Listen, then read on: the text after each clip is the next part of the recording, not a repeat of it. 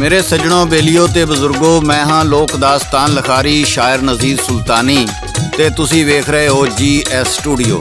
ਮੇਰੇ ਸੱਜਣੋ, ਸਾਡੀ ਅੱਜ ਦੀ ਦਾਸਤਾਨ ਦਾ ਨਾਂ ਹੈ ਸਿਕੰਦਰ ਆਜ਼ਮ। ਇਸ ਦਾਸਤਾਨ ਦੀ ਫਰਮਾਇਸ਼ ਕਰਦੇ ਨੇ ਕੰਗਣਪੁਰ ਕਸੂਰ ਤੋਂ ਹਸੀਬ ਸ਼ਹਿਜ਼ਾਦ ਬਰਗਰਾਂਵਾਲਾ ਤੇ ਮੁਨਸ਼ੀ ਅਜਾਜ਼ ਅਨਵਰ। ਇਸਲਾਮਾਬਾਦ ਤੋਂ ਡਾਕਟਰ ਇਬਨੇ ਇਸ਼ਤਿਆਕ ਜ਼ੁਬੈਰੀ। ਚੱਕ ਨੰਬਰ 3814L ਕੱਸੋਵਾਲ ਤੋਂ ਹਾਜੀ ਯਾਸੀਨ ਜੱਟ, ਅਦਨਾਨ ਲੋਧੀ, ਵਕਾਰ ਮਕੈਨਿਕ, ਹਮਜ਼ਾ ਦਿਲਦਾਰ। ਬਹਾਵਲਪੁਰ ਤੋਂ ਬਾਬਾ ਮੁਨੀਰ ਅਹਿਮਦ। ਬਹਾਵਲ ਨਗਰ ਤੋਂ ਸਾਜਦ ਅਲੀ। ਚੱਕ ਨੰਬਰ 123 ਜਨੂਬੀ ਸਰਗੋਦੇ ਤੋਂ ਰਾਣਾ ਅਯੂਬ, ਜ਼ੁਲਫਕਾਰ ਨੰਬਰਦਾਰ, ਚੌਧਰੀ ਮੁਨੀਰ ਗੁੱਜਰ। ਲਾਹੌਰ ਤੋਂ ਸਖਾਵਤ ਅਲੀ। ਭਾਈ ਫੇਰੂ ਫੂਲ ਨਗਰ ਤੋਂ ਜੱਜ ਭੱਟੀ ਤੇ ਮੁਹੰਮਦ ਸਲੀਮ ਭੱਟੀ। ਹਾਜੀ ਅੱਲਾ ਦਿੱਤਾ ਰਹਿਮਾਨੀ। ਫੈਸਲਾਬਾਦ ਡਿਚਕੋਟ ਤੋਂ ਨੂਰ ਮੁਹੰਮਦ ਗੁੱਜਰ। ਛੋਟਾ ਬਲੌਰਪੁਰ ਤੋਂ ਅਸਦ ਉਰਫ ਅੱਛੀ ਸ਼ਾਹ। ਚੱਕ ਨੰਬਰ 500 ਗਾਬੇ ਤੋਂ ਮੁਹੰਮਦ ਯਾਸੀਨ। ਸਾਂਗੜ ਸਿੰਧ ਤੋਂ ਸਲੀਮ ਜਲੇਬੀਆਂ ਆਰਾਈ। ਜਨਾਬ ਮਾਸ਼ੂਕ ਡਾਇਰੀ ਸਾਹਿਬ। ਯੂਨਾਨ ਗਰੀਸ ਤੋਂ ਮੂਸਾ ਭਾਈ। ਕੈਨੇਡਾ ਤੋਂ ਤਾਰਾ ਸਿੰਘ ਢਿੱਲੋਂ। ਇਟਲੀ ਤੋਂ ਚੌਧਰੀ ਆਮਰ ਵਿਰਕ ਬਤਾਲੀਆ। ਇੰਗਲੈਂਡ ਤੋਂ ਬਲਬੀਰ ਸਿੰਘ ਕੰਵਲ। ਮੋਤਾ ਸਿੰਘ ਸਰਾਏ ਪੰਜਾਬੀ ਸੱਥ UK। ਸਪੇਨ ਤੋਂ ਸ਼ਬੀਰ ਹੁਸੈਨ ਆਜ਼ਾਦ। ਮਿਰਜ਼ਾ ਮਜੀਦ ਬੇਗ ਤੇ ਸਜਾਵਲ ਸੇਠ। ਅਮਾਨ ਸਲਾਲੇ ਤੋਂ ਮਨਜ਼ੂਰ ਅਹਿਮਦ। ਜ਼ਾਹਦ ਰਸ਼ੀਦ। ਹਾਜੀ ਅਸ਼ਫਾਕ। ਸਾਈਪਰਸ ਤੋਂ ਆਮਰ ਚੀਮਾ। ਨਾਰਵੇ ਤੋਂ ਤਸਵਰ ਅਜ਼ੀਜ਼ ਵੜੈਚ।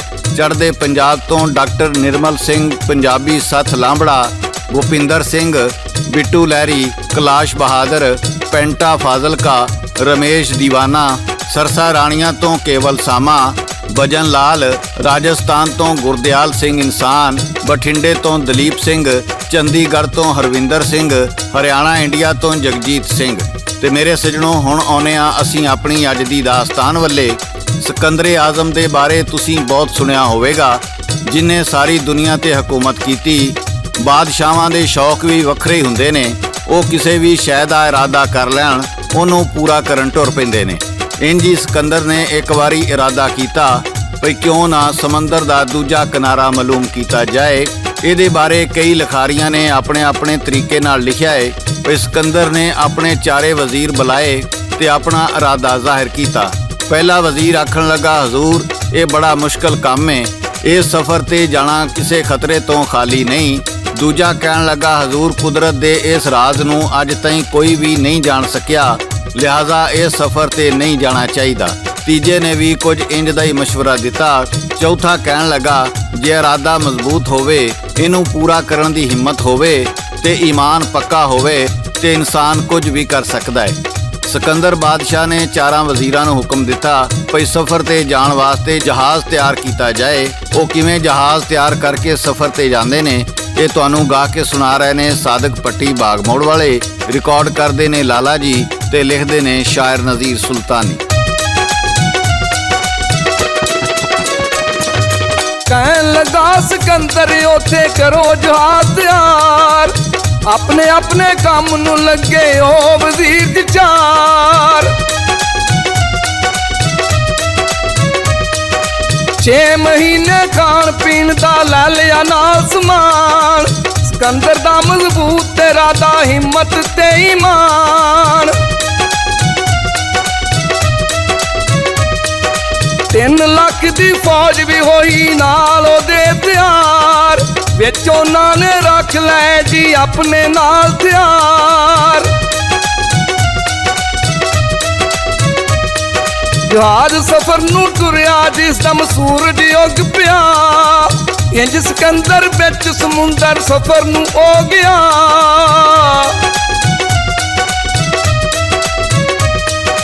ਤਿੰਨ ਵਜ਼ੀਰ ਜੀ ਆਖਣ ਲੱਗੇ, ਚੌਥਾ ਜੀ ਮਰਵਾਊ।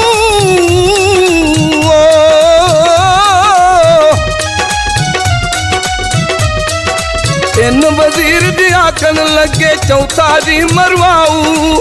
ਖਾਣਾ ਪੀਣਾ ਜੇ ਕਰ ਮੁੱਕਾ, ਫਿਰ ਕਿੱਧਰ ਨੂੰ ਜਾਊ।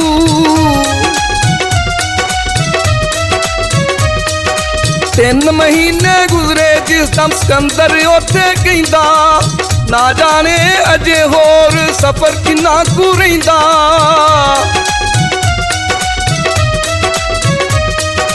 ਅੱਧਾ ਰਾਸ਼ਨ ਮੁੱਕ ਗਿਆ ਏ ਸਫ਼ਰ ਅਜੇ ਨਹੀਂ ਮੁੱਕਾ ਇਸ ਰਾਹ ਦੇ ਨਾਲ ਜਹਾਜੀ ਉਸੇ ਥਾਂ ਤੇ ਰੁਕਾ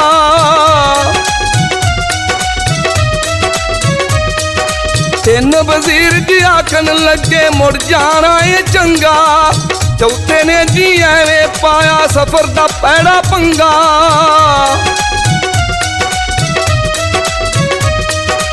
ਚੌਥਾ ਕਹਿੰਦਾ ਬਾਦਸ਼ਾਹ ਤਾਂ ਇਹ ਹਿੰਮਤ ਮਰਦ ਨਹੀਂ ਛੱਡਦੇ ਜਿੱਡੀ ਔਖੀ ਵਿੱਡੀ ਹੋਵੇ ਓਡੀ ਸੌਖੀ ਕੱਢਦੇ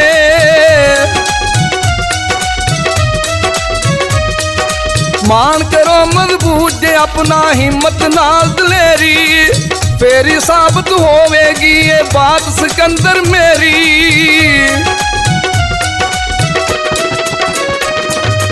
ਮੇਰੇ ਸਜਣੋ ਜਦੋਂ ਸਫ਼ਰ ਕਰਦਿਆਂ 3 ਮਹੀਨੇ ਲੰਘ ਗਏ ਤੇ 3 ਵਜ਼ੀਰ ਆਖਣ ਲੱਗੇ ਹਜ਼ੂਰ ਅੱਧਾ ਰਾਸ਼ਨ ਮੁੱਕ ਗਿਆ ਏ ਤੇ ਹਜੇ ਸਮੁੰਦਰ ਦਾ ਕਿਨਾਰਾ ਦੂਰ ਦੂਰ ਤੱਕ ਕਿਧਰੇ ਨਜ਼ਰ ਨਹੀਂ ਆਉਂਦਾ ਇੱਥੋਂ ਵਾਪਸ ਮੁੜ ਚਲੀਏ ਕਿਧਰੇ ਇਹ ਨਾ ਹੋਵੇ ਅਗਲੇ 3 ਮਹੀਨੇ ਤੱਕ ਵੀ ਦੂਜਾ ਕਿਨਾਰਾ ਨਾ ਲੱਭੇ ਤੇ ਅਸੀਂ ਸਾਰੇ ਭੁੱਖੇ ਮਰ ਜਾਾਂਗੇ ਜਾਣ ਬੁੱਝ ਕੇ ਮੌਤ ਦੇ ਮੂੰਹ ਵਿੱਚ ਸਿਰ ਦੇਣਾ ਕੋਈ ਅਕਲਮੰਦੀ ਨਹੀਂ ਸਿਕੰਦਰ ਵੀ ਕਹਿਣ ਲੱਗਾ ਤੁਹਾਡੀ ਗੱਲ ਠੀਕ ਏ ਪਰ ਚੌਥਾ ਵਜ਼ੀਰ ਕਹਿਣ ਲੱਗਾ ਹਜ਼ੂਰ ਹਿੰਮਤ ਹਾਰਨਾ ਮਰਦਾਂ ਦਾ ਕੰਮ ਨਹੀਂ ਸਿਕੰਦਰ ਕਹਿਣ ਲੱਗਾ ਜੇ ਇਹਨਾਂ ਦੀ ਗੱਲ ਸੱਚ ਹੋਈ ਤੇ ਫੇਰ ਚੌਥਾ ਵਜ਼ੀਰ ਕਹਿਣ ਲੱਗਾ ਫਿਰ ਈਮਾਨ ਦੀ ਤਾਕਤ ਕੰਮ ਆਵੇਗੀ ਮੇਰਾ ਰੱਬ ਸਾਨੂੰ ਭੁੱਖਿਆ ਨਹੀਂ ਮਾਰੇਗਾ ਤੇ ਜੇ ਸਾਡੀ ਮੌਤ ਇੰਜ ਹੀ ਲਿਖੀ ਏ ਤੇ ਇਹਨੂੰ ਕੋਈ ਟਾਲ ਨਹੀਂ ਸਕਦਾ ਸਿਕੰਦਰ ਵੀ ਉਹਦੀ ਗੱਲ ਤੇ ਕਾਇਲ ਹੋ ਗਿਆ ਤੇ ਕਹਿਣ ਲੱਗਾ ਚਲੋ ਜੋ ਹੋਵੇਗਾ ਵੇਖਿਆ ਜਾਏਗਾ ਪਰ ਉਹ ਤਿੰਨੇ ਵਜ਼ੀਰ ਇਸ ਗੱਲ ਤੇ ਰਾਜ਼ੀ ਨਹੀਂ ਸਨ ਉਹ ਕੀ ਸਕੀਮ ਬਣਾਉਂਦੇ ਨੇ ਸਾਦਕ ਪੱਟੀ ਗਾ ਕੇ ਸੁਣਾ ਰਿਹਾ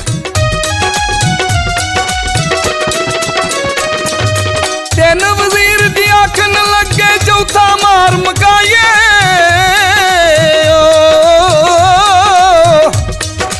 ਤਿੰਨ ਵਜ਼ੀਰ ਦੀ ਆਖਣ ਲੱਗੇ ਚੌਥਾ ਮਾਰ ਮਕਾਈਏ ਦੇਂਦਾ ਪੁੱਠੀਆਂ ਏ ਸਲਾਵਾਂ ਇਸ ਤੋਂ ਜਾਨ ਛਡਾਈਏ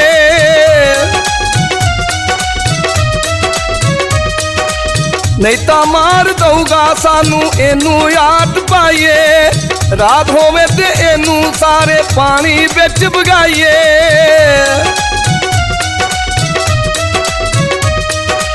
ਚੌਥਾ ਲੱਗਾ ਕੰਧ ਨਾਲ ਸੌਂਦਾ ਉਹਨਾਂ ਦੀਆਂ ਗੱਲਾਂ ਲੱਗਾ ਸੋਚਣ ਮੈਂ ਵੀ ਕੋਈ ਚਾਹ ਤੇ ਇੱਥੇ ਚੱਲਾਂ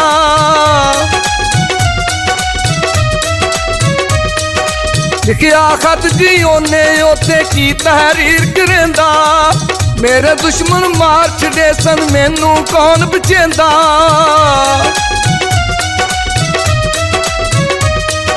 ਖਤ ਜੀ ਉਹਨੇ ਸੱਠਿਆ ਜਾ ਕੇ ਬਾਦਸ਼ਾਹ ਦੇ ਅੰਦਰ ਫੜ ਕੇ ਚਿੱਠੀ ਪੜਦਾ ਉੱਥੇ ਬਾਦਸ਼ਾਹ ਯਾਰ ਸਿਕੰਦਰ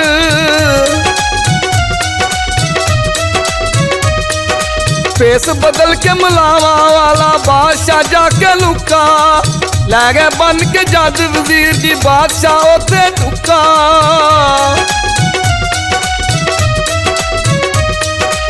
ਕਹਿੰਦਾ ਜਾਵੇ ਚੌਥਾ ਯਾਰੋ ਮੈਨੂੰ ਰੱਬ ਬਚਾਸੀ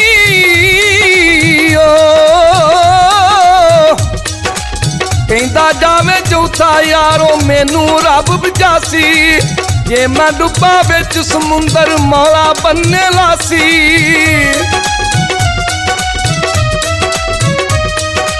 ਆ ਸਿਕੰਦਰ ਰੌਲਾ ਪਾਇਆ ਬਾਹਰ ਤੂਫਾਨ ਆਇਆ ਆਪਣੀ ਆਪਣੀ ਜਾਨ ਬਚਾਵੋ ਉਹਨੇ ਆਗ ਸੁਣਾਇਆ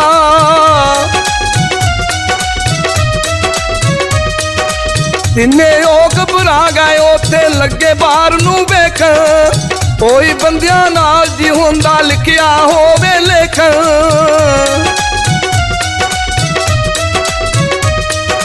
ਚੁੱਕਿਆ ਜੱਜ ਸਿਕੰਦਰ ਚੌਥਾ ਲੈ ਕੇ ਲੁਕਾ ਉਹਨੂੰ ਫੇਰ ਨਾ ਲੱਭਿਆ ਚੌਥਾ ਉਹ ਤੇ ਸੁੱਟਣਾ ਉਹਨਾਂ ਜਿੰਨੂੰ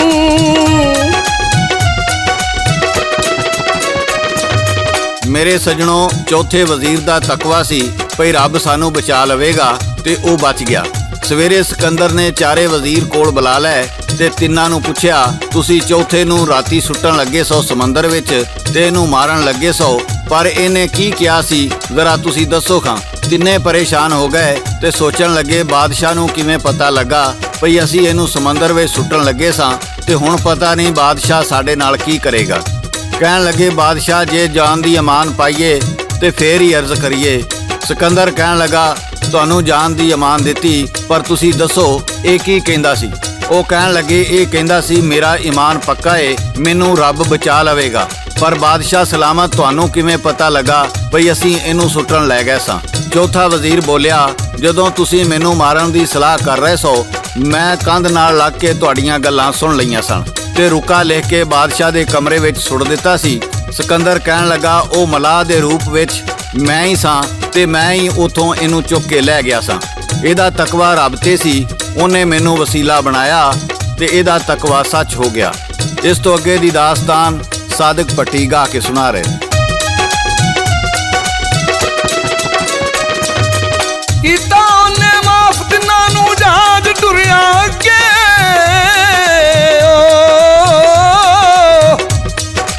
ਕੀਤਾ ਉਹਨੇ ਮਾਫ ਤਿੰਨਾਂ ਨੂੰ ਜਹਾਜ਼ ਟੁਰਿਆ ਅੱਗੇ। ਫਿਰ ਉਹ ਤਿੰਨੇ ਆਪਸ ਦੇ ਵਿੱਚ ਗੱਲਾਂ ਕਰਨ ਜੀ ਲੱਗੇ।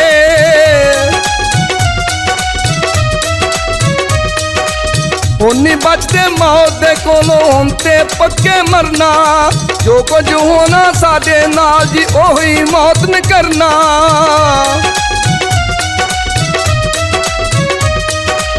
ਤੁਰਿਆ ਬੇੜਾ 3 ਮਹੀਨੇ 6 ਜੀ ਪੂਰੇ ਹੋਏ, ਭੁੱਖੇ ਮਰਦੇ ਸਾਰੇ ਬੰਦੇ ਜਾਣੋ ਦੀ ਨੂੰ ਰੋਏ।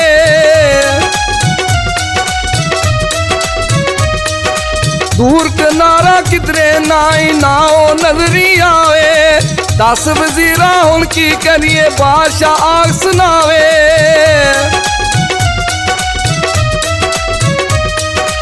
ਅੱਗੇ ਪਿੱਛੇ ਕੁਝ ਨਹੀਂ ਇੱਥੇ ਨਾ ਦਾਣਾ ਨਾ ਖਾਣਾ, ਮੈਨੂੰ ਲੱਗਦਾ ਸਾਰਿਆਂ ਇੱਥੇ ਭੁੱਖਿਆਂ ਹੀ ਮਰ ਜਾਣਾ।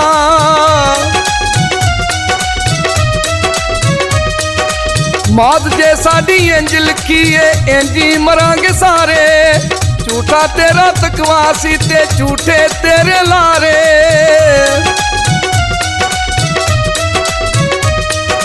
ਮੈਂ ਕਿਉਂ ਮੰਨੀ ਗੱਲ ਸੀ ਤੇਰੀ, ਚੰਗਾ ਸੀ ਤੂੰ ਮਰਦਾ। ਬਾਦਸ਼ਾਹ ਕੋਲ ਹਕੀਮ ਜੀ ਆਇਆ ਆਖੇ ਡਰਦਾ ਡਰਦਾ,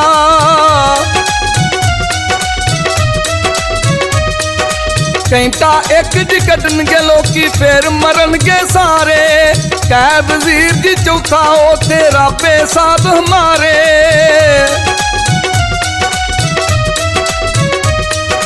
ਕੋਈ ਤਮਾਇਜ਼ਾ ਸੀ ਇੱਥੇ ਰੱਬ ਗਫੂਰ ਕਰੇ ਸੀ,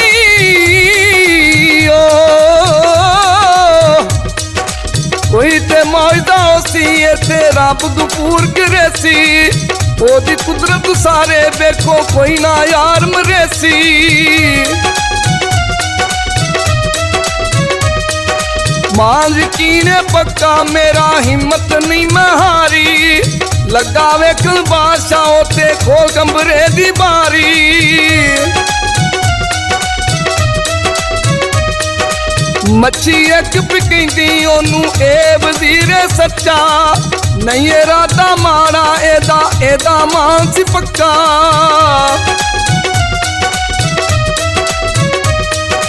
ਮੱਛੀ ਜੈਸਾ ਬੋਲੀ ਉੱਥੇ ਬਾਦਸ਼ਾਹ ਹੋਰਾਂ, ਆਖਣ ਲੱਗਾ ਚੌਥੇ ਦਾ ਸੀ ਪੱਕਾ ਦੀਨ ਈਮਾਨ, ਆਖਣ ਲੱਗਾ ਚੌਥੇ ਦਾ ਸੀ ਪੱਕਾ ਦੀਨ ਈਮਾਨ।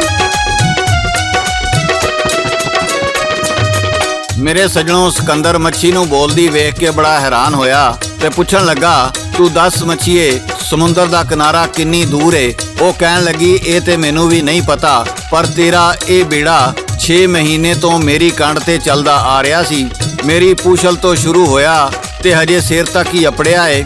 ਇਸ ਸਮੁੰਦਰ ਵਿੱਚ ਮੇਰੇ ਤੋਂ 4-4 ਗੁਣਾ ਵੱਡੀਆਂ ਮੱਛੀਆਂ ਹੋਰ ਵੀ ਨੇ, ਤੇ ਜੇ ਤੂੰ ਇੰਜ ਹੀ ਬੇੜਾ ਲੈ ਕੇ ਅੱਗੇ ਟੁਰਦਾ ਰਿਹਾ ਪਤਾ ਨਹੀਂ ਤੈਨੂੰ ਕਿੰਨੇ ਸਾਲ ਲੱਗ ਜਾਣ, ਪਰ ਫੇਰ ਵੀ ਤੈਨੂੰ ਸਮੁੰਦਰ ਦਾ ਦੂਜਾ ਕਿਨਾਰਾ ਨਾ ਲੱਭੇ। ਸਿਕੰਦਰ ਕਹਿਣ ਲੱਗਾ ਅਸੀਂ ਹੁਣ ਭੁੱਖੇ ਪੈ ਮਰਨੇ ਆ, ਕੋਈ ਸਾਡੀ ਮਦਦ ਕਰ। ਮੱਛੀ ਕਹਿਣ ਲੱਗੀ ਮੈਂ ਪਲਟਾ ਖਾ ਕੇ ਤੁਹਾਨੂੰ ਉੱਥੇ ਅਪੜਾ ਸਕਨੀ ਆ ਜਿੱਥੋਂ ਤੁਸੀਂ ਸਫ਼ਰ ਸ਼ੁਰੂ ਕੀਤਾ ਸੀ। ਸਿਕੰਦਰ ਕਹਿਣ ਲੱਗਾ ਤੂੰ ਕਿੰਨੇ ਚਿਰ ਵਿੱਚ ਸਾਨੂੰ ਉੱਥੇ ਅਪੜਾਵੇਂਗੀ? ਸਾਡੀ ਜ਼ਿੰਦਗੀ ਸਿਰਫ 1 ਘੰਟਾ ਰਹਿ ਗਈ ਏ। ਮੱਛੀ ਕਹਿਣ ਲੱਗੀ, ਮੈਂ ਤੁਹਾਨੂੰ ਅੱਧੇ ਘੰਟੇ ਵਿੱਚ ਉੱਥੇ ਅਪੜਾ ਦਿਆਂਗੀ, ਤੁਸੀਂ ਸਾਰੇ ਆਪਣੀਆਂ ਅੱਖਾਂ ਬੰਦ ਕਰ ਲਓ ਤੇ ਜਹਾਜ਼ ਨੂੰ ਘੁੱਟ ਕੇ ਫੜ ਲਓ। ਉਹਨਾਂ ਨੇ ਅੱਖਾਂ ਬੰਦ ਕੀਤੀਆਂ ਤੇ ਮੱਛੀ ਨੇ ਆਪਣਾ ਸਿਰ ਘੁਮਾਇਆ, ਪੂਛਲ ਸਿਰ ਦੀ ਥਾਂ ਤੇ ਸਿਰ ਪੂਛਲ ਦੀ ਥਾਂ ਆ ਗਿਆ। ਉਹ ਉਸ ਥਾਂ ਤੇ ਅਪੜ ਗਏ ਜਿੱਥੋਂ ਉਹਨਾਂ ਨੇ ਸਫ਼ਰ ਸ਼ੁਰੂ ਕੀਤਾ ਸੀ। ਦਰਬਾਰ ਵਿੱਚ ਪਹੁੰਚ ਕੇ ਉਹਨਾਂ ਨੇ ਖਾਣਾ ਛਾਣਾ ਖਾਧਾ ਤੇ ਰੱਬ ਦਾ ਸ਼ੁਕਰ ਅਦਾ ਕੀਤਾ। ਚੌਥੇ ਵਜ਼ੀਰ ਨੂੰ ਚੋਖੇ ਇਨਾਮ ਕਨਾਮ ਦਿੱਤੇ ਤੇ ਤੌਬਾ ਕੀਤੀ, ਭਈ ਮੈਂ ਕਦੀ ਵੀ ਕੁਦਰਤ ਦੇ ਰਾਜ਼ਾਂ ਨੂੰ ਫਾਸ਼ ਕਰਨ ਦੀ ਕੋਸ਼ਿਸ਼ ਨਹੀਂ ਕਰਾਂਗਾ। ਮੇਰੇ ਸੱਜਣੋ, ਬੇਲੀਓ ਤੇ ਬਜ਼ੁਰਗੋ, ਅੱਲਾ ਨੇ ਸਾਰੇ ਰਾਜ਼ ਆਪਣੇ ਕੋਲ ਹੀ ਰੱਖੇ ਨੇ। ਬੰਦਿਆਂ ਦੀ ਅਕਲ, ਬੰਦਿਆਂ ਦੀ ਹਿੰਮਤ ਉੱਥੋਂ ਤੱਕ ਨਹੀਂ ਅਪੜ ਸਕਦੀ। ਰੱਬ ਦੇ ਰਾਜ਼ ਨੂੰ ਫਾਸ਼ ਕਰਨਾ ਕਿਸੇ ਇਨਸਾਨ ਦੇ ਵੱਸ ਦੀ ਗੱਲ ਨਹੀਂ ਤੇ ਨਾ ਹੀ ਕਰ ਸਕਦਾ ਹੈ। ਬੜੇ ਬੜੇ ਸਾਇੰਸਦਾਨਾਂ ਨੇ ਜ਼ਿੰਦਗੀ ਦੇ ਬਾਰੇ ਰਿਸਰਚ ਕੀਤੀ, ਪਰ ਜ਼ਿੰਦਗੀ ਦਾ ਉਹ ਕੋਈ ਸੁਰਾਗ ਨਾ ਲਾ ਸਕੇ। ਆਖਰ ਇੱਕ ਸਾਇੰਸਦਾਨ ਜਿਹੜਾ ਕੁਝ ਅਰਸਾ ਪਹਿਲੇ ਹੀ ਫਾਲਜ ਦੇ ਸ਼ਿਕਾਰ ਹੋਣ ਤੋਂ ਬਾਅਦ ਕਈ ਸਾਲ ਜ਼ਿੰਦਾ ਰਿਹਾ ਤੇ ਉਹ ਮਰ ਗਿਆ, ਤੇ ਉਹ ਜਾਂਦਾ ਜਾਂਦਾ ਕਹਿ ਗਿਆ ਸੀ, ਕੁਦਰਤ ਦੇ ਕੰਮਾਂ 'ਚ ਕਦੀ ਵੀ ਛੇੜਛਾੜ ਨਾ ਕਰਨਾ। ਕੁਦਰਤ ਹੈ ਵੇ ਤੇ ਕੁਦਰਤ ਆਪਣਾ ਆਪ ਵਿਖਾਉਂਦੀ ਏ।